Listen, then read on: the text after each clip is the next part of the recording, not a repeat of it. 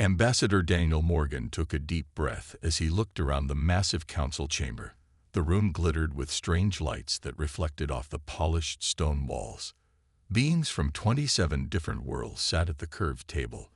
Their shapes varied wildly. Some had too many limbs, others had strange colored skin, and a few didn't even seem to have faces. After 3 weeks of talks, Daniel felt his patience breaking. He straightened his blue uniform jacket and tried to keep his voice calm. "Once again, the terms you propose are unacceptable to Earth," he said. The Xeraxian delegate, a tall being with gray skin and 4 arms, made a sound like a snort. "Your primitive species has no place making demands. You should be grateful we offer any terms at all."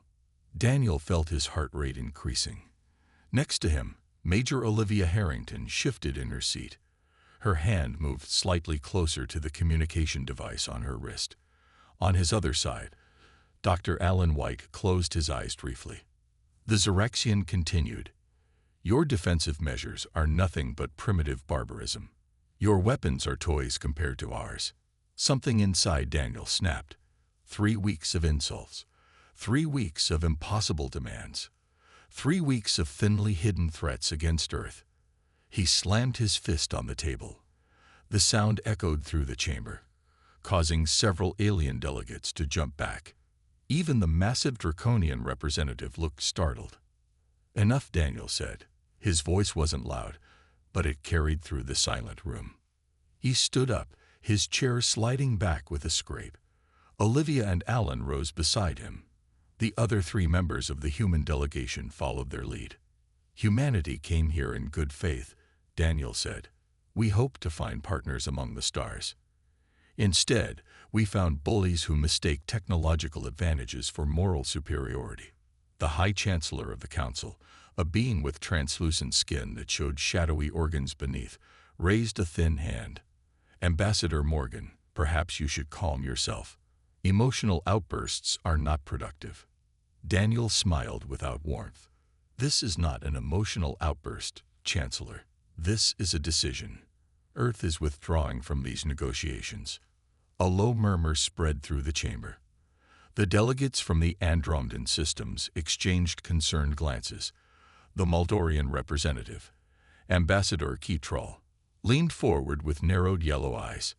"You cannot simply withdraw," the Chancellor said. "The Galactic Council has determined that Earth must be properly integrated into our community. For your own protection. Protection we never asked for." Olivia spoke up. Her voice was sharp and clear.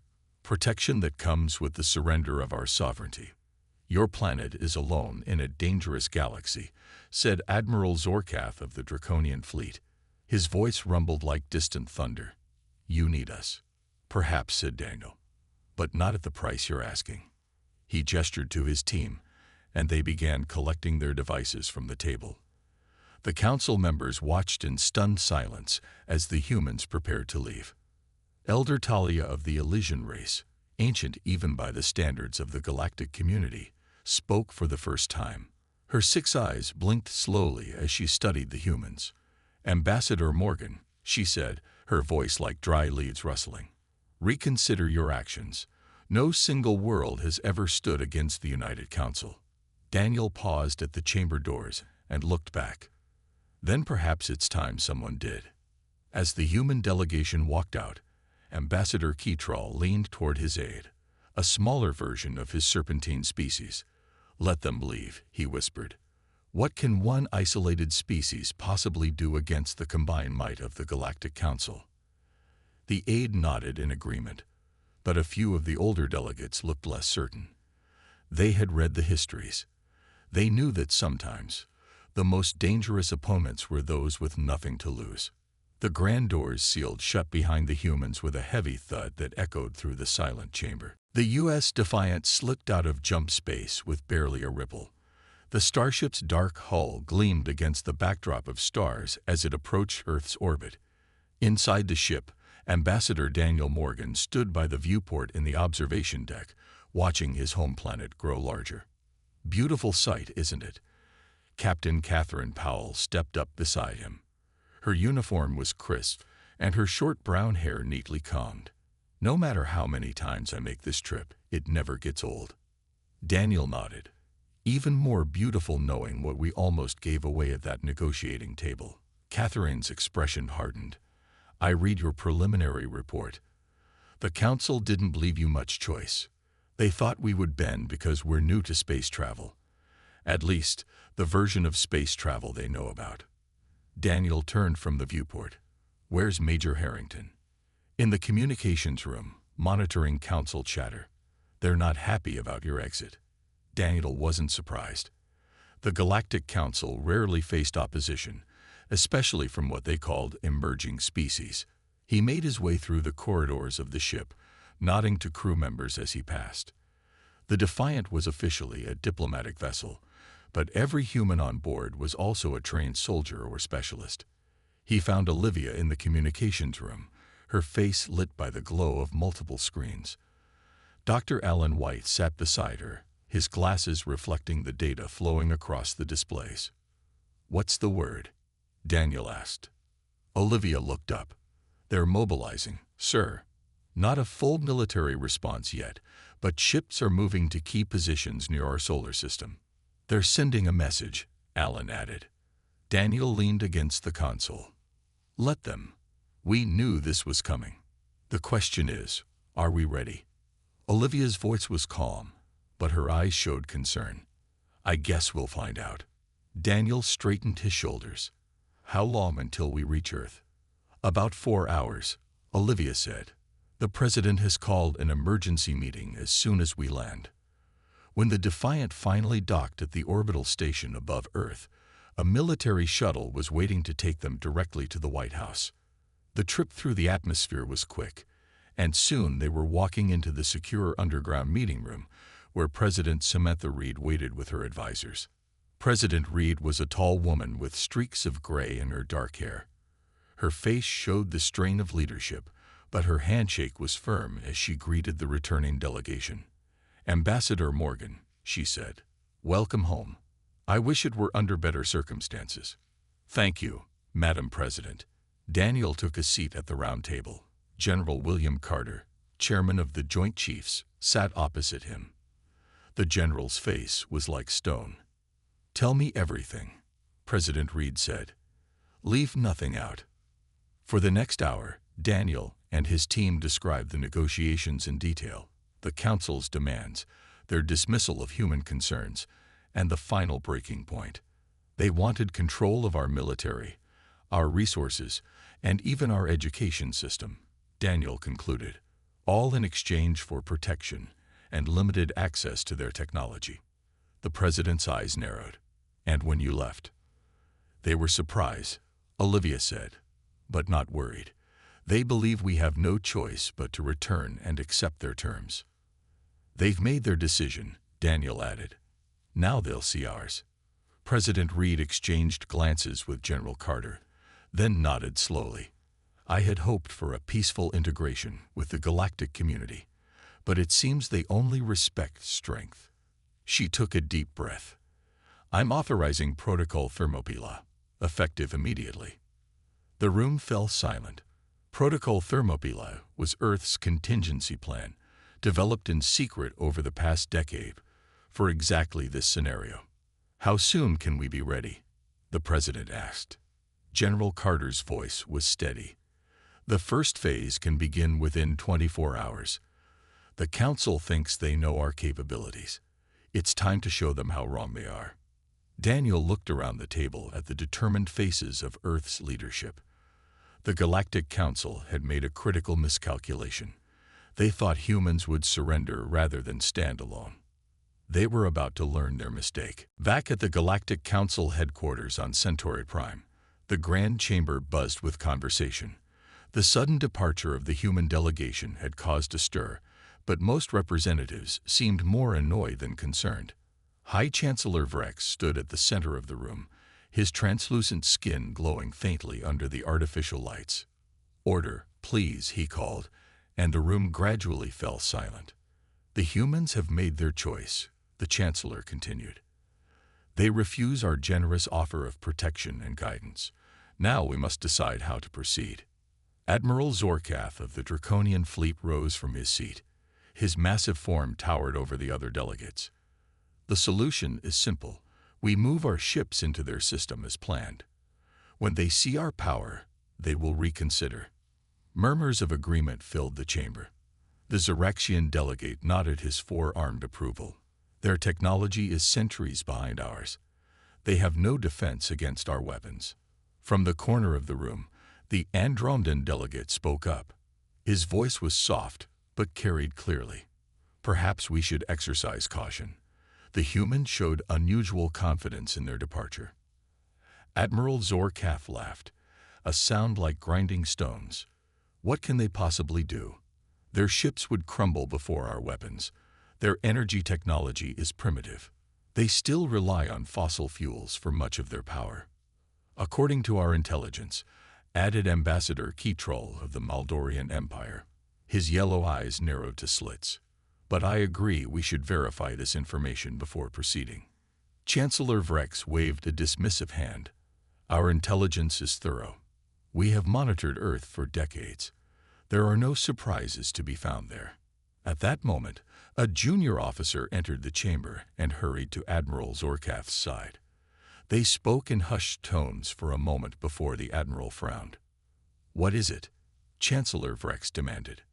"Our sensors have detected unusual activity in the human solar system," the Admiral admitted. "Several large energy signatures that were not there before." The Xeraxian delegate snorted. "Probably just their primitive nuclear reactors working overtime. Nothing to concern us."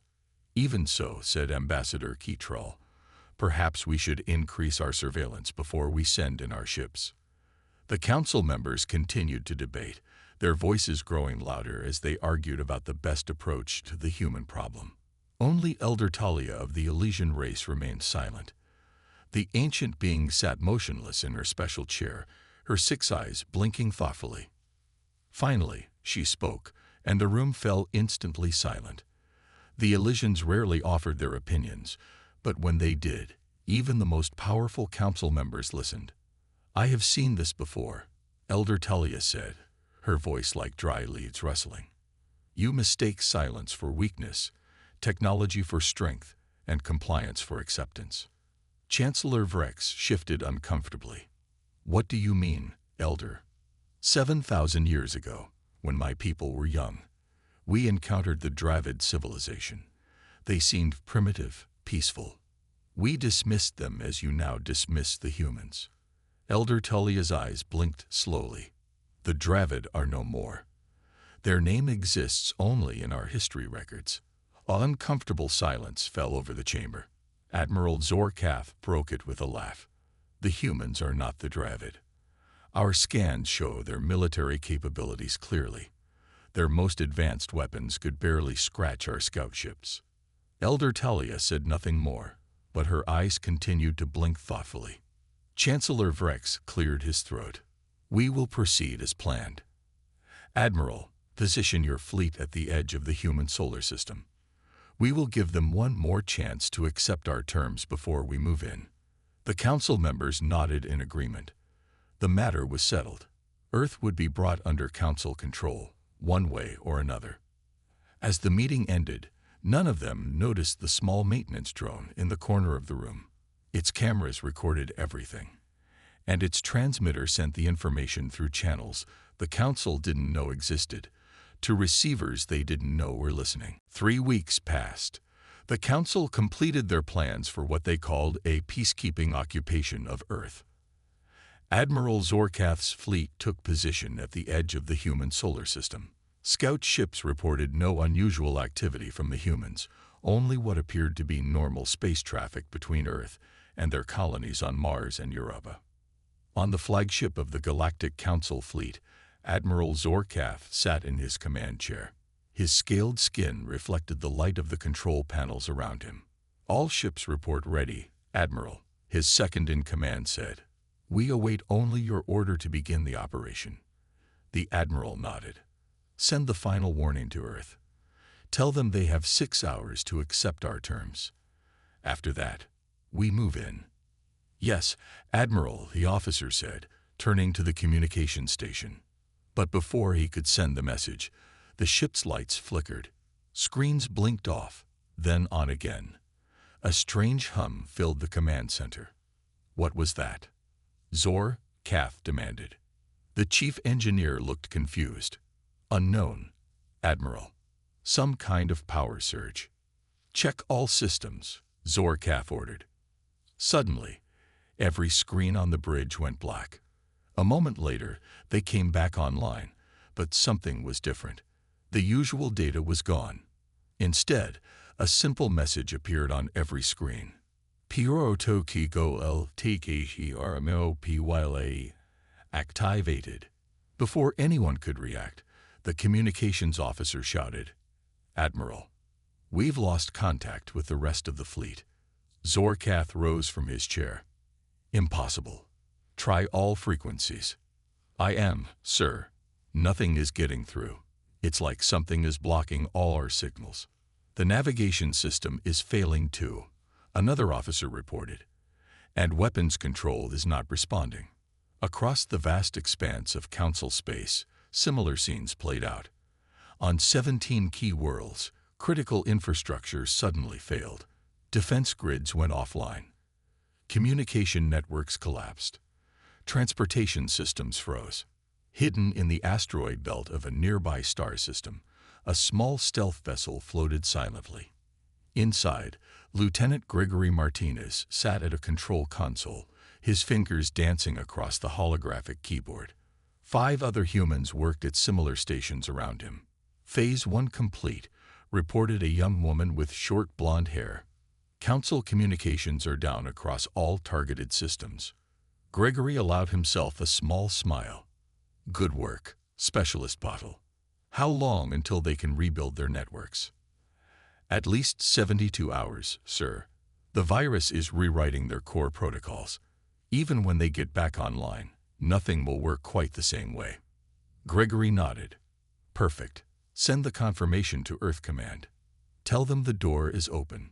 Far away in the Council Security Headquarters on Proxima Centauri, Chief Draxur slammed his fist against his desk.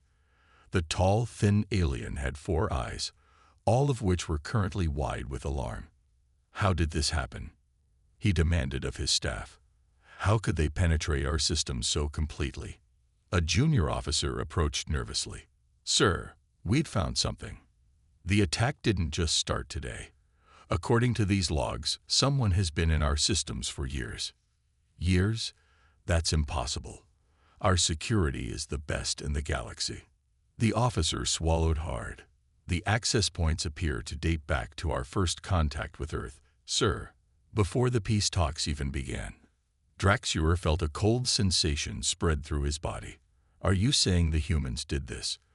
That they've been inside our networks all along? The evidence suggests exactly that, sir. In a secure bunker beneath the Nevada desert on Earth, NSA Director Michelle Adams watched as data flowed across the massive screens. Her team of specialists monitored the cyber attack from dozens of workstations. Council emergency channels are lighting up, one analyst reported. They're in full panic mode. Michelle nodded. And Admiral Zorkath's fleet. Completely isolated, Director. They can't communicate with each other or with Council headquarters. Their ships are intact, but effectively blind and deaf. Michelle picked up a secure phone. Madam President, Phase 1 is complete. The Council just discovered they've been playing chess while we've been playing a completely different game. On the other end of the line, President Reed's voice was calm. Good. Begin Phase 2. Council Security Chief Draxur paced the floor of the Emergency Operations Center. Screens around him showed various systems trying to recover from the human attack. Most were still dark. Those that worked showed only bad news. This makes no sense, he muttered. Their technology should not be capable of this. His assistant, a young Proximan named Zell, looked up from her terminal. Sir, I found something. The humans have been feeding us false information about their technological capabilities. What? Draxur stopped pacing. Zell brought up a file on the main screen. This is what our intelligence networks reported about Earth's technological level. Images showed primitive rocket ships, basic computer systems, and simple energy weapons. "Now look at this," she continued. "These are images our deep space sensors captured during the attack." New images appeared. They showed sleek ships hidden in Earth's asteroid belt. The design was unlike anything in their records. Energy readings indicated power systems far beyond what Earth was supposed to have. "Impossible," Draxur whispered. "There's more, sir. We've found evidence that the humans have quantum communication arrays. They've had them for at least a decade. They don't need our communication network. They have their own." Draxur felt sick. Why didn't we know this? "They wanted us to underestimate them," Zell said simply. Deep beneath the Nevada desert, NSA Director Michelle Adams watched as Phase 2 began. On a large screen, she could see the Council's security center, where Draxur was just discovering the truth. "They look confused," said a man standing beside her. Michelle smiled slightly. "Wouldn't you be, General Carter? They thought they were dealing with technological infants. Now they're realizing the baby has teeth." The general nodded. "How much are we revealing?" "Just enough to make them nervous. The quantum arrays, the stealth ships, the energy shields, not the gravity weapons or the jump drive improvements." "Good," General Carter said. "Always keep something in reserve." On another screen, they watched as data flooded into the Council's systems. Files showing Earth's true technological achievements, military capabilities they had kept hidden, defense systems that were decades beyond what the Council believed possible. "Incoming message from Lieutenant Martinez's team," an operator called out. "They've successfully accessed the Council's military database. All their fleet positions and capabilities are now available to us." Michelle nodded. "Send it to the Pentagon. And prepare the Phase 3 package." The general checked his watch. "The Council representatives should be arriving at their emergency session right about now. I almost feel sorry for them." In the Grand Council chamber on Centauri Prime, panic had replaced confidence. Representatives from 27 worlds argued loudly as reports of the human attack came in. Chancellor Vrex tried to maintain order, but his voice was lost in the chaos. Only when Admiral Zorkath entered the room did the noise begin to die down. The Admiral's usually impressive figure now seemed somehow diminished. "Report, Admiral," Chancellor Vrex demanded. "What is the status of your fleet?" Zorkath's voice was tight with anger. "My ships are disabled. Not destroyed, but unable to communicate or navigate properly. The humans have somehow infected our core systems." "How is this possible?" the Ziraxian delegate demanded. "They are primitives." "Apparently not," Zorkath replied coldly. "Our intelligence was wrong. Very wrong." Elder Talia's quiet laugh drew everyone's attention. The ancient Elysian rarely showed emotion. "I warned you," she said. "The humans were too calm, too confident. Now we see why." "What are they?" the Andromedan delegate asked. "How could they hide their true capabilities from us?" "They are survivors," Elder Talia replied. "A species that nearly destroyed itself many times, yet always recovered. Such creatures learned patience. They learned deception, and they learned to prepare for the worst."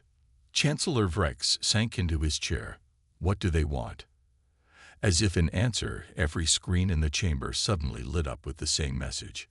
The terms HVCHANGD. Admiral Zorkath was not used to failure. As the leader of the Draconian fleet, he had won dozens of battles across the galaxy. Now he sat in his command chair, surrounded by systems that barely worked, waiting for orders from a council in disarray. "Admiral," his second-in-command said suddenly, "we're detecting movement from Earth." Zorkath leaned forward. "What kind of movement?" "Ships, sir. Many ships. They were hidden somehow. Our sensors didn't detect them until just now." The tactical display showed dozens of vessels emerging from concealed positions throughout the solar system. They were sleek, with none of the bulky design elements the Admiral had expected from human technology. "How many?" he demanded. At least 50, sir, and they're moving into formation around our fleet. Zorkath felt a chill run through his body. His fleet consisted of 12 capital ships and 20 support vessels. The humans now outnumbered them nearly 2 to 1. Prepare defensive positions, he ordered. Charge weapons. Sir, weapon systems are still offline from the cyber attack. Before the Admiral could respond, a new voice came over the ship's communication system. Draconian Fleet, this is Commander Eric Johnson of Earth Defense Force. Your ships are currently surrounded. Please do not attempt any aggressive actions. Zorkath snarled. Open a channel. When his communications officer nodded, he spoke. This is Admiral Zorkath. Your primitive vessels are no match for my fleet, even in our current state. Do not test my patience. There was a pause before the human responded. Admiral, we have no desire for conflict, but perhaps a demonstration is in order. Suddenly, alarms blared across the bridge. What's happening? Zorkath demanded. Unknown energy field surrounding the fleet, sir, his science officer reported. It's affecting local space-time. The view screens showed the starfield around them beginning to distort. Zorkath felt his stomach lurch as his flagship moved slightly to the left, despite no thrusters being activated. All ships reporting gravitational anomalies. Admiral, the tactical officer called out. Formation is breaking apart. On the orbital platform Sierra, hidden in Earth orbit until just hours ago. Commander Eric Johnson watched the Draconian fleet on his monitors. The alien ships drifted in different directions, unable to maintain their positions as the gravity displacement shield did its work. Status of the shield, he asked.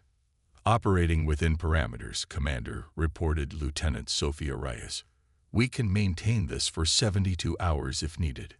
Eric nodded. Good. And the Special Forces teams?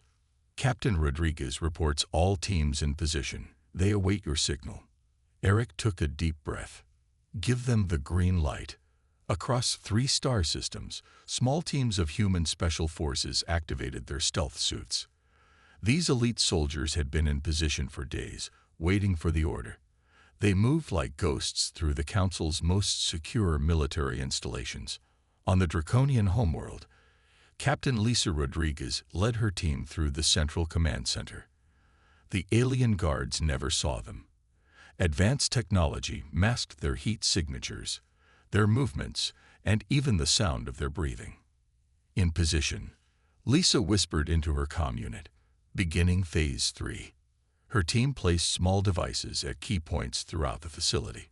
When activated, these devices would temporarily disable the entire defensive network of the Draconian military headquarters. Similar operations occurred simultaneously on the Zeraxian and Maldorian homeworlds. None of the Council races detected the intruders until it was too late. At precisely the same moment, across 3 star systems, the devices activated. Defense shields failed. Communication systems went silent. Security doors locked in open positions, and every computer screen displayed the same message. We could have done more. The human teams vanished as quickly as they had appeared, leaving only small cards with Earth's symbol, a blue and green planet with a single moon. Back in the Council chamber on Centauri Prime, Chancellor Vrex received the reports with growing horror. They'd penetrated our most secure facilities. He asked in disbelief. How?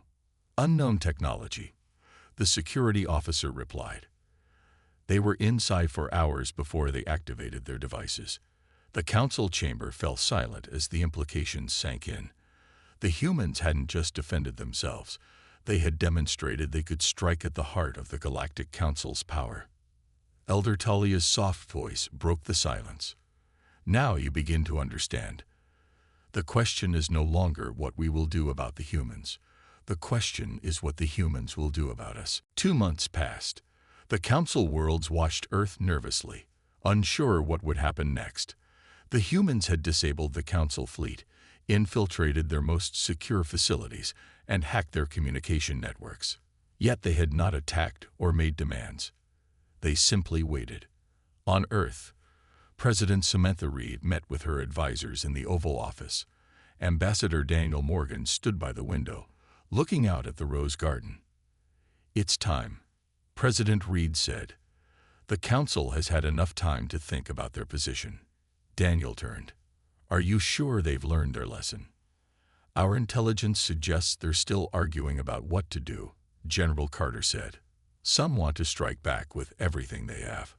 Others want to offer us better terms. But they're afraid." "Good," Daniel said. "Fear is a powerful teacher." "Contact them," President Reed ordered. "Tell them we're ready to talk again." The next day, the message reached Centauri Prime. The Council members gathered quickly, their usual formal procedures forgotten in their haste. "The humans want to negotiate again," Chancellor Vrex announced. "They're sending Ambassador Morgan and a delegation." "To dictate terms, you mean?" growled Admiral Zorkath. His reputation had suffered greatly after his fleet was disabled. "We should hear what they have to say," the Andromedan delegate suggested. "We underestimated them once. We should not make the same mistake again." 2 days later, Daniel Morgan walked back into the council chamber. This time, he was accompanied by Admiral Joseph Campbell, a tall man with silver hair and a chest full of medals. The human delegation moved with confidence, showing none of the awe or uncertainty they had displayed during their first visit. The council members watched them silently. The mood was very different from their previous meeting. "Chancellor Vrex," Daniel began, "the people of Earth thank you for agreeing to meet with us again." The Chancellor nodded stiffly. "We are pleased that Earth wishes to resume diplomatic relations." Daniel smiled slightly. "Before we begin, I have something to show you." He placed a small device on the table. It projected a holographic display for all to see. "These are 23 instances where the Galactic Council violated its own charter in dealings with Earth. Images and documents appeared in the air. Secret Council meetings planning to control Earth resources, orders to spy on human settlements, plans to restrict human expansion in space.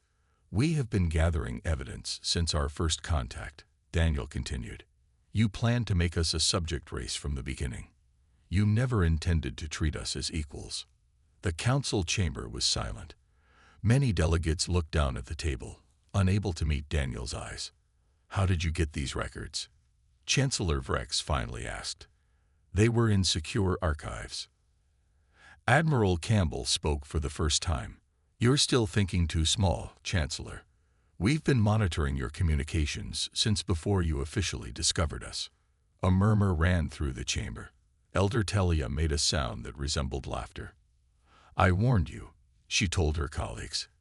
"Any species that survived as many near-extinction events as humans would not be as helpless as they appeared. They had nuclear wars, plagues, climate disasters, and survived them all. Such survival requires planning, preparation, and yes, sometimes deception." Daniel nodded at the ancient alien. "Exactly, Elder Talia. We learned long ago that the universe is not always friendly. We hoped the Galactic Council would be different. We were disappointed." Chancellor Vrex straightened in his chair. "What do you want, Ambassador Morgan?" "What we always wanted," Daniel replied. "To join the galactic community as equals, not as subjects, not as servants, as partners." "And if we refuse?" asked the Zeraxian delegate, though with much less arrogance than before. Daniel looked at him calmly. "We've shown only a fraction of our capabilities. We prefer peace, but we are prepared for the alternative." The message was clear. The terms had changed. And this time, Earth would set them. 1 year later, Earth formally joined the Galactic Council. The signing ceremony took place in New Geneva, a city built specifically for interspecies diplomacy. Representatives from all Council worlds attended, their ships filling Earth's orbit. The main hall was filled with light that streamed through tall windows. Humans stood side by side with aliens of all shapes and sizes. There was tension in the air, but also hope. President Samantha Reed stood at the center of the stage. Next to her was Chancellor Vrex, looking less confident than he once had. Today marks a new chapter in human history, President Reed said. And we hope, in galactic history as well. Earth joins the Council not as a junior member, but as an equal partner. Chancellor Vrex stepped forward. The Galactic Council welcomes Earth as a full member, with all rights and responsibilities. His voice carried through the hall, translated instantly into dozens of languages. The two leaders signed the agreement. Applause filled the room, though some council members clapped less enthusiastically than others. In one corner of the hall, Dr. Natalie Coleman spoke with a group of alien scientists. A human xenobiologist had already begun collaborative research with several council species. "Your approach to cellular regeneration is fascinating," said a Xeraxian medical officer. "It could help treat diseases that have plagued my people for centuries." Natalie smiled. "That's just the beginning. By combining our different scientific traditions, we can accomplish so much more than either of us could alone." Not far away, Ambassador Keetrol of the Maldorian Empire spoke quietly with Admiral Campbell. The Maldorian's yellow eyes were thoughtful. "My government would be interested in discussing your defensive systems," he said carefully. "The gravity displacement shield, in particular." Admiral Campbell nodded. "I'm sure arrangements can be made. Earth is always open to mutual defense agreements." Across the room, the Xeraxian delegate who had once dismissed humans now approached Daniel Morgan. The four-armed alien made a formal gesture of respect. "Ambassador Morgan, my government sends its regards. We would be honored if Earth would consider sharing some of its expertise regarding cybersecurity." Daniel raised an eyebrow. "Interesting how quickly things change, isn't it?" The Xeraxian had the good grace to look embarrassed. "We have learned that appearances can be deceiving, and that wisdom sometimes comes from unexpected places." As the formal part of the ceremony ended, people moved to the gardens for the reception. Daniel found Olivia Harrington, now Olivia Morgan, waiting for him near the fountain. They had married 6 months after the negotiations concluded. "How does it feel to be the hero of Earth?" she asked, smiling. Daniel shook his head. "I'm no hero. I just did my job." "Well, you did it well." She looked around at the mixed groups of humans and aliens talking, sharing ideas, forming connections. "Do you think they understand yet?" "What's that?" "Why they were wrong about us. It wasn't just about underestimating our technology." Daniel watched as a group of children played in the garden. Human children alongside the offspring of various council races. They had no trouble communicating or finding games they all could play. "I think they're beginning to understand," he said. "They needed to see that strength isn't always about weapons or technology. Sometimes it's about patience, adaptability, and knowing when to reveal your true capabilities." A small Elysian child approached them, 6 eyes blinking curiously. "Are you the human who stood up to the council?" the child asked in perfect English. Daniel smiled. "One of many. My grandmother says humans are the most surprising species in the galaxy." "Who is your grandmother?" Olivia asked. "Elder Telia," the child said proudly. Daniel laughed. "Tell your grandmother she was right all along. The mistake the council made wasn't underestimating human technology. It was underestimating human nature itself." The child nodded solemnly before running back to join the other children. Daniel took Olivia's hand as they watched the future of galactic relations playing out before them, built not on fear or dominance, but on mutual respect hard-earned through Earth's unexpected stand against the Galactic Council.